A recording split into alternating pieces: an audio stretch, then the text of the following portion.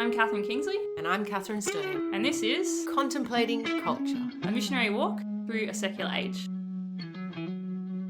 Together we journey through A Secular Age by Charles Taylor, a book looking at the history and philosophy of how the world got where it is, and the impacts of our contemporary culture for us today as missionaries. And we're inviting you to join the conversation.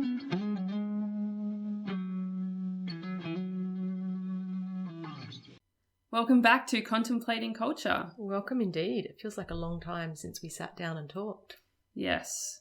So today we get to bring together the third of our social imaginaries that we've been working through. So if you remember, we've looked at the economy and then the public sphere and public discourse. And today we're looking at the sovereign people.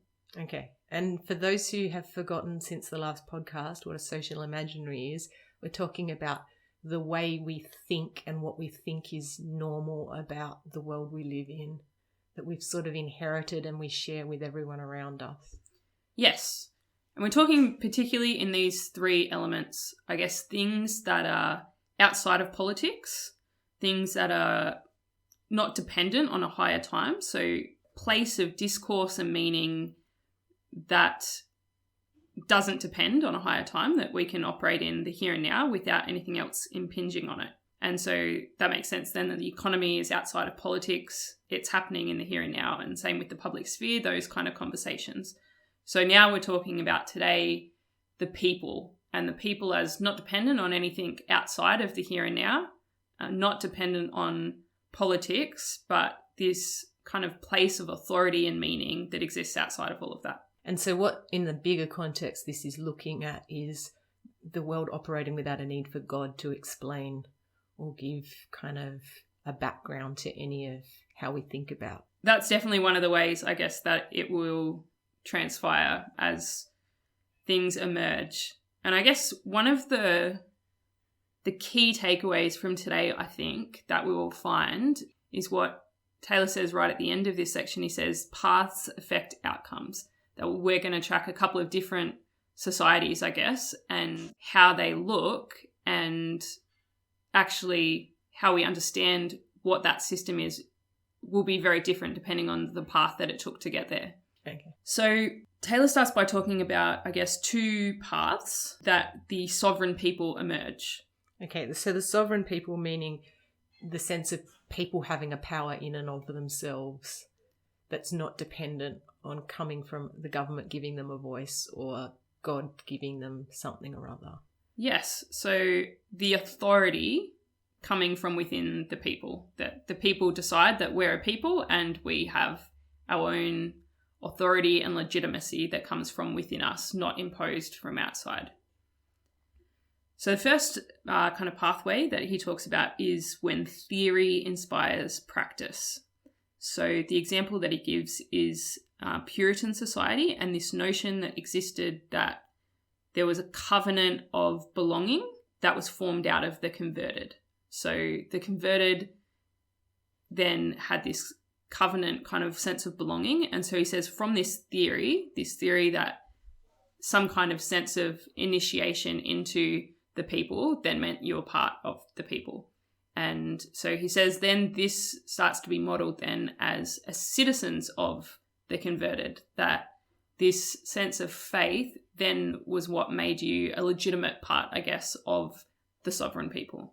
Okay, so in civil society, once the Puritans are out of power or whatever, the idea of belonging comes from, I'm a citizen of this country, therefore I'm one of the people, and the voice of the people is the voice of those who belong. Yes. Yeah. And we'll look more at what that particular element means in our next episode. We'll look at direct access society, where we don't have a mediator mediating my belonging to society, but just by existing within the society, I belong and I'm part of the people directly. And then so he says the second path, so the first one being this theory that informs practice, the second one being a reinterpretation of existing practice. And he kind of gives two kind of cases here. So looking at the English case and the American case. So he says in England, they had the existing monarchy, and Parliament kind of comes alongside that. And this very much sits within the realm of natural law that we've looked at before, that, there's the king, the head of, and then down filters through. And so at some point, Parliament and this democratic idea comes alongside, but that's still sitting within natural law. And so that system is kind of sitting there. But then the English kind of occupation, I guess, of America, or colonization of America, we get the American Revolution. And so this is where this English idea is then reinterpreted to create the new people of America. And here he quotes a couple of kind of the documents coming out of this period of time. So the Declaration of Independence uses this "since time out of mind," this sense of we're continuing something that was already existing, that we're not creating something new so much as continuing on something that we all understand. There's a common understanding that this is already there. And then in the US Constitution, it's put in the voice of we the people. There's very clear articulation of our authority comes from something that's already existed, and now we're using that voice to kind of create our constitution.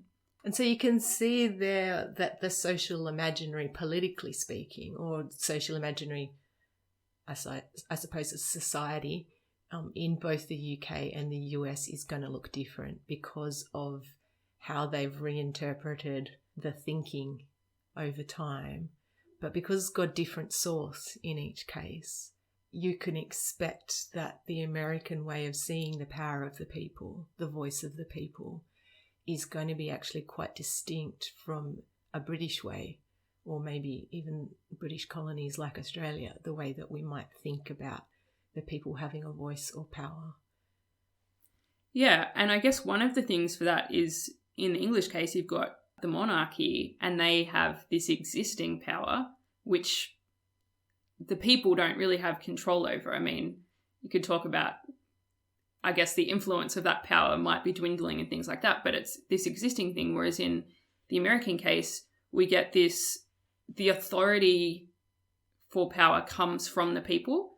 So it must be continually consented to. So there's no power that exists without, like election, that is, you need to continually consent to that power. And so, their dedicated number of years, they have to keep reassenting to that authority. And so I guess that's just looking at what this sovereign people looks like in the different kind of situations. So we've got the English system has kind of sustained through. The American system has kind of stayed through. But then he says, well, why did the American Revolution work where the French revolutions failed? So then he spends a lot of time looking at, I guess, the path that took and the outcome that brought about. And so he proposes a couple of ideas, I guess, of why that might be the case. So the first one he says is that there was a balance between this new theory of the sovereign people and their own self-determining kind of authority and traditional practices. So like I was saying, that since time out of mind, that continuation of something that was already existing in the American case, whereas in the French case is very much trying to do away with all tradition, trying to do away with anything that was existing. So he was saying in the American case, there was this balance that was kind of struck. And additionally, it built off this, what he says was a virtually universally accepted notion that elected assemblies are a legitimate source of power. And like listening now for us, that seems like a no-brainer. Like, we live in a democratic country. We live in the West, which is very much largely democratic, that it's, accepted that that's a legitimate source of power. Whether or not we like it, we can at least acknowledge that it's legitimate. Whereas we're talking, like a few hundred years ago, where there's still questions about what is the best source of power and how do you get legitimacy in your power. So here we have the French, and they've come out of a system where God gives power to the king, who owns the whole country, and his word is law. You get this overthrow of the monarchy, but it's not necessarily by the people at the bottom to start with, but the people at the bottom rise up and jump on board. And then there's this century of unrest. What's the difference here? Like, what's the thinking, the theory that's inspiring the practice, if you like? Yeah, so I guess Taylor talks about two facets of why the American Revolution worked, where others had fallen short. So he says the first one is you need to know what to do. So you need to have enough people of, I guess, good formation, good education to know what to do in that case. So he gives the example of the Russian peasant population with the loss of the Tsar ruling in, after the First World War, that they don't really know what to do, like that form of power is gone, but what do we do now? And that they didn't have the figures strong enough to bring about, like a legitimate replacement. And then he says the other element is, well, the French had that. The French had a lot of legitimate kind of options. The problem that they had was that they couldn't agree on what to do. So in the American case, he's saying, well, you've got some strong figures that propose something legitimate and you manage to get to a consensus of this is the best way forward. So there's something about the personal influence of the American founding fathers. Yes. That not only are they brilliant thinkers, but they're actually influential on a social, kind of societal level in helping people to come to their manner of thinking. That they're able to unite the people. Yeah. And so Taylor then has a big, long look at, I guess, the French case, because, correct me if I'm wrong, but my understanding is that they were very much kind of saying, like, this is a movement of the people, but then it failed. Several times. And so one of the key characters he looks at here is Rousseau, who is, I guess, trying to bring about, and Taylor kind of talks about here at length, well, we've got lots of individual people, but we're trying to get a common action here, which means a common will. So how do we bring the individual wills into the common will? And he says, well, I guess before this movement, the reason that you would kind of bring about a common will was very much linked to God. So whatever your reason for following and obeying God was your reason for coming into the common will. So I think he's trying to say that Rousseau is trying to bring that common will about whilst removing the unifying factor of God. Yeah, because one of the big things about the French Revolution is they remove God from the picture. It's very much an atheistic, let's chuck out the church, let's chuck out God. So how does Rousseau come to this?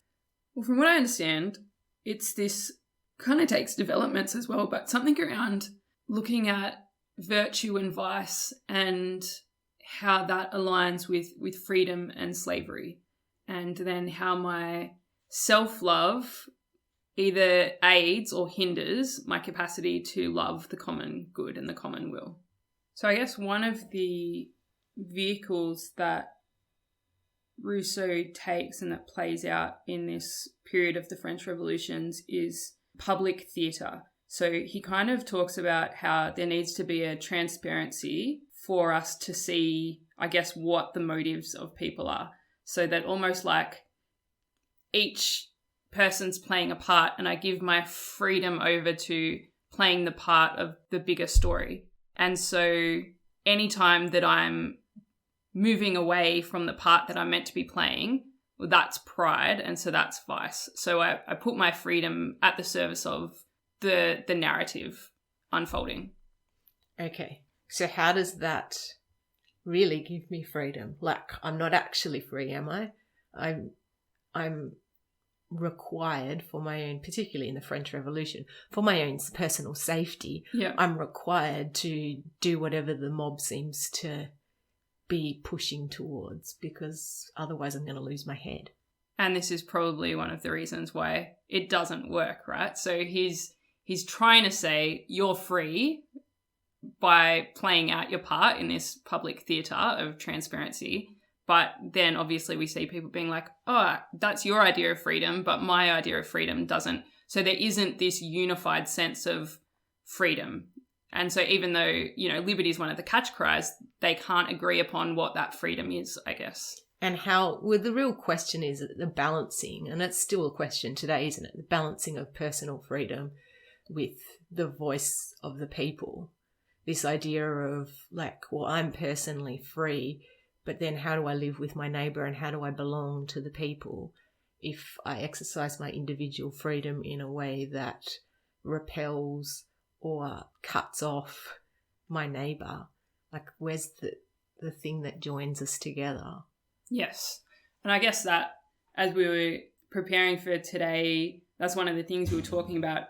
This is still playing out. And I guess where we wanted to take it today was this look at freedom and the place of individual freedom within the common freedom, the common good, the common will. And I guess, COVID, and particularly COVID vaccinations, is one of the kind of spheres where we've seen this play out of how much do I have individual freedom and where does virtue vice lay with that individual freedom in terms of the people. And it was quite fascinating because I remember saying at the time that it was one of those times where you see the far left and the far right actually agreeing and protesting separately, but protesting mandatory vaccination, for instance, with the left essentially, I guess, going, this is not the voice of the people, this is being imposed by the government. The right kind of, where's my individual freedom, my own right to choose coming into this picture?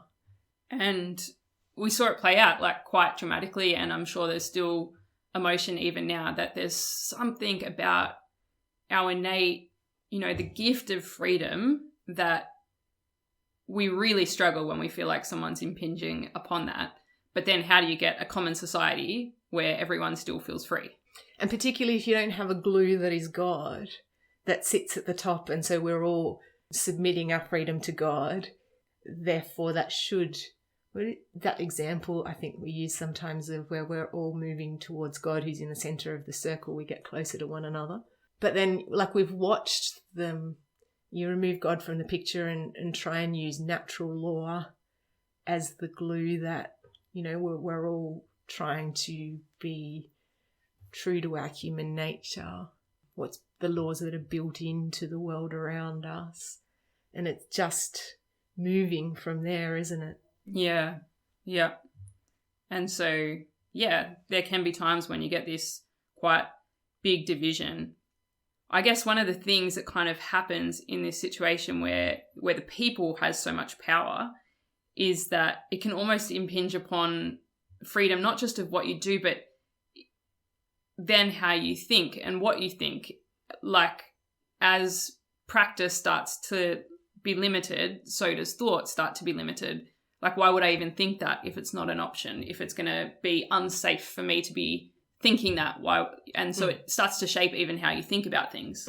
So we're not in the French Revolution where you might lose your head, but in today's society here in Australia with the woke agenda around gender identity, for instance, could be professional suicide for me to venture an opinion that is different to what seems to be the opinion of the people in society around me. And not even that, but eventually it'll have legal implications for sure. So as the voice of the people, which maybe starts out as a minority, and I guess this is one of the things in a democracy, you need the voice of the minority, but when that voice then takes on the voice of the majority, then the new minority starts to lose its freedom because now there's legal structures in place. So not that we want to get into political science or anything like that, but we can see that it has so many impacts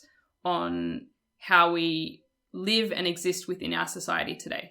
And definitely on how we evangelize, the right to share our faith is slowly being impinged upon. The right to even speak about things that we believe is slowly being impinged upon, not just by people's getting offended, but by laws that don't allow you to pray in certain places or speak about certain things. You're right, where's my freedom within society? But I guess, like, if we're being honest, the same story's been true of where's my freedom within the church. Absolutely. I mean, is there anyone who's been listening to this thinking, yeah, what about Galileo? Like, the church has got a great history. The church does not have a great history. And this is one of the things, like, that I guess we're always growing and developing our understanding of what it means to be having the freedom of conscience. We want to be always honouring the freedom, but at what point does that come under the greater whole? Yeah, and for me it always comes back to this, doesn't it? For me, that personal relationship with God. I'm not like a slave submitting my freedom to a master who makes the rules and tells me what to do, but I am a beloved child made in the image and likeness of a God who intends me to become like himself and calls me into relationship for that purpose. And as I come to know that person and trust that person, I trust more and more that what he is asking of me or speaking to me as truth is the most trustworthy thing, the best possible thing for me. And so I freely choose to do what he asks, to believe what he says, because I see that as the best thing. And yeah, there's a sense of, I guess, love of self in that, the best thing for me, the best thing for the world. And that's what anchors it for me, that I know that he leaves me free to make that choice. It's one of the truths that I believe, that I trust in him, that I have a very real freedom to choose to do that or to choose not to do that. And he's not going to interfere with that freedom. Yeah. I guess it works out great when you're in that situation and you're aligning, with what the greater whole's saying. But when what you're thinking and feeling and believing isn't lining up, like, where does that sit? And I have a series that I do on, I guess, engaging with the tough questions. And one of the things I say at the very start is actually the church offers a place for disagreement. But hang on a minute, I've just got to highlight that. Do you want to repeat that statement? I think it's worth putting out there. So the church offers a place for disagreement. And I think that that's important, that I guess it comes within a framework. And I think it's important, particularly in the theological sphere, for people to be able to explore. And so it's like you're free to explore, but there's limits, or there's kind of guidelines around it. So in the Catholic Church, we have this, it's called the sensus fidei, the sense of the faithful, that you being a faithful person and me being a faithful person, all the faithful people together, what's this common thing that we have? And so within this document, sensus fidei, there's these couple of guidelines, I guess, of, how to disagree with integrity. So the first one is am I an active part of the community? So am I participating in prayer, in the sacraments, in the life of the church? Am I belonging to the group? The second one is, do I receive the scriptures? Do I ponder them in my heart and live with them in my life? So the scriptures being the word of God, being truth, that am I grounding myself in this underlying truth of the gospel? And then, am I open to reason, including different perspectives? So it only works if I've got a stance of openness. If I'm closed off, if I'm sure that I'm right, then I can't be, like there's no freedom there. So I need to be open to being right or to being wrong, or to there being some kind of grey area that I haven't seen yet. The next one is about my general stance. So am I generally willing to listen to the church's teaching authority? So am I generally disposed to the teaching authority of the church, or am I just up against and don't trust in its authority? So generally, am I disposed to that? And this is one issue where I'm kind of exploring something different. The next one's about my own personal relationship with God, I guess. Do I seek to grow in virtue to more clearly hear the voice of God? So am I out on my own, or am I really trying to, as you were talking about, be one of those people drawing closer to God at the center? And the last one being, do I seek the unity, not the division of the church? So the church says if you can be, actively, honestly saying all of these things, then that's this place when you're within the community, when you're in your own personal, really trying to listen to God, to grow in closeness to God. And I guess the sense would be that if you are saying yes to all of these things, chances are that you're sitting within the sense of the faithful, that's probably where you're going to be sitting anyway. I like this stuff because it is really consistent with what we teach about the freedom of individual conscience, that as a church we're like really clear on this, because if there isn't freedom of individual conscience, there isn't actually freedom to follow God or not to follow God. And it means we're not who we think we are. We're not made in the image and likeness of God. We don't have, we're some kind of robot or something like that. But that once you stand on the individual freedom of conscience, we're able to then respond to God in a way that is real. I guess the thing that I think about when I'm listening to and talking through this is just the concept of freedom. And there was this homily when I was a kid that still pierces me with just like a true reality, I guess, of like, he was just talking about vocation and how, you know, like we've all been given one life. It's like being given a free movie ticket.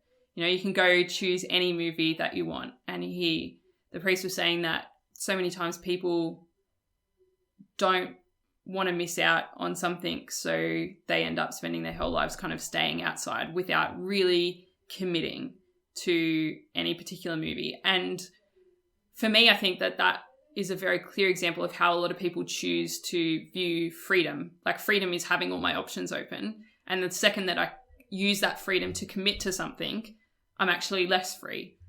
But the truth of the gospel is that when we use that freedom to commit to something, to commit to structure and, you know, something overarching, that's actually where the freedom comes. And it's very much the freedom of the Son. So like we use our freedom to say yes to being part of God's family, to joining in the freedom that Jesus has as Son of God. And we know that there's a freedom that comes with being part of a family, that comes with being part of that structure of love and belonging.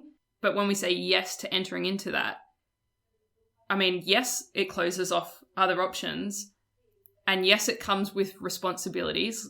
Like, you know, in any family, there's responsibilities that come with that. But there's also a greater freedom that comes with that. And I guess that's part of the heart of the message that we bring as missionaries, is that there is a greater freedom in choosing to lay your freedom at the service of something.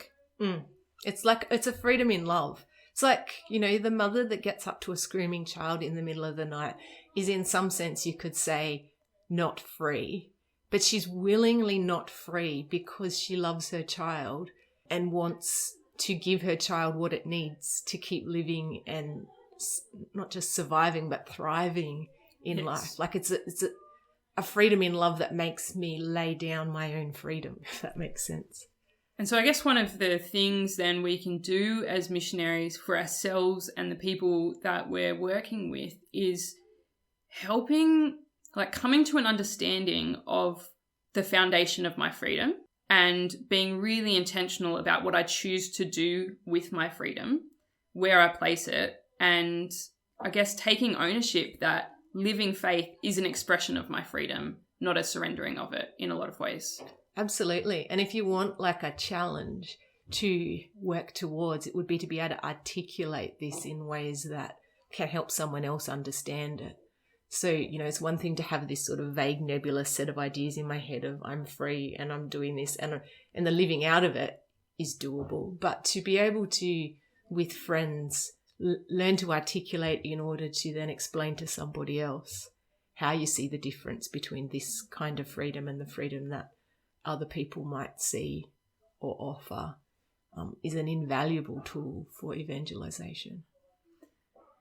And I think as well in the realm of evangelization is that like freedom is such a high value in society at the moment, that bringing dialogue around freedom, not just letting the world kind of tell people what freedom is, but actually bringing back the fullness of what it is. That I think the world offers a shadow of the fullness of freedom. And I think as we bring back dialogue into what freedom really is and what it can really offer us, and how we, can use it for guiding our life, not just for our pleasure or for our, do you know what I mean? Like that, I think there's a lot that we can bring into the sphere of just bringing dialogue around freedom and what it really is as a concept and what it offers to us as individuals, and how that then gives us freedom to step into society. So I think as people of faith,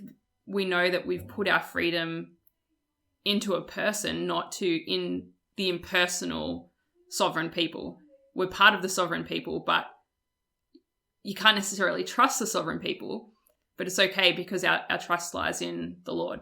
Absolutely. And I think that knowledge of our freedom, that articulation of our freedom and the dialogue goes hand in hand with the witness of it. Like if we're living that freedom in a way that stands out because it's so different to other people, it'll beg the question.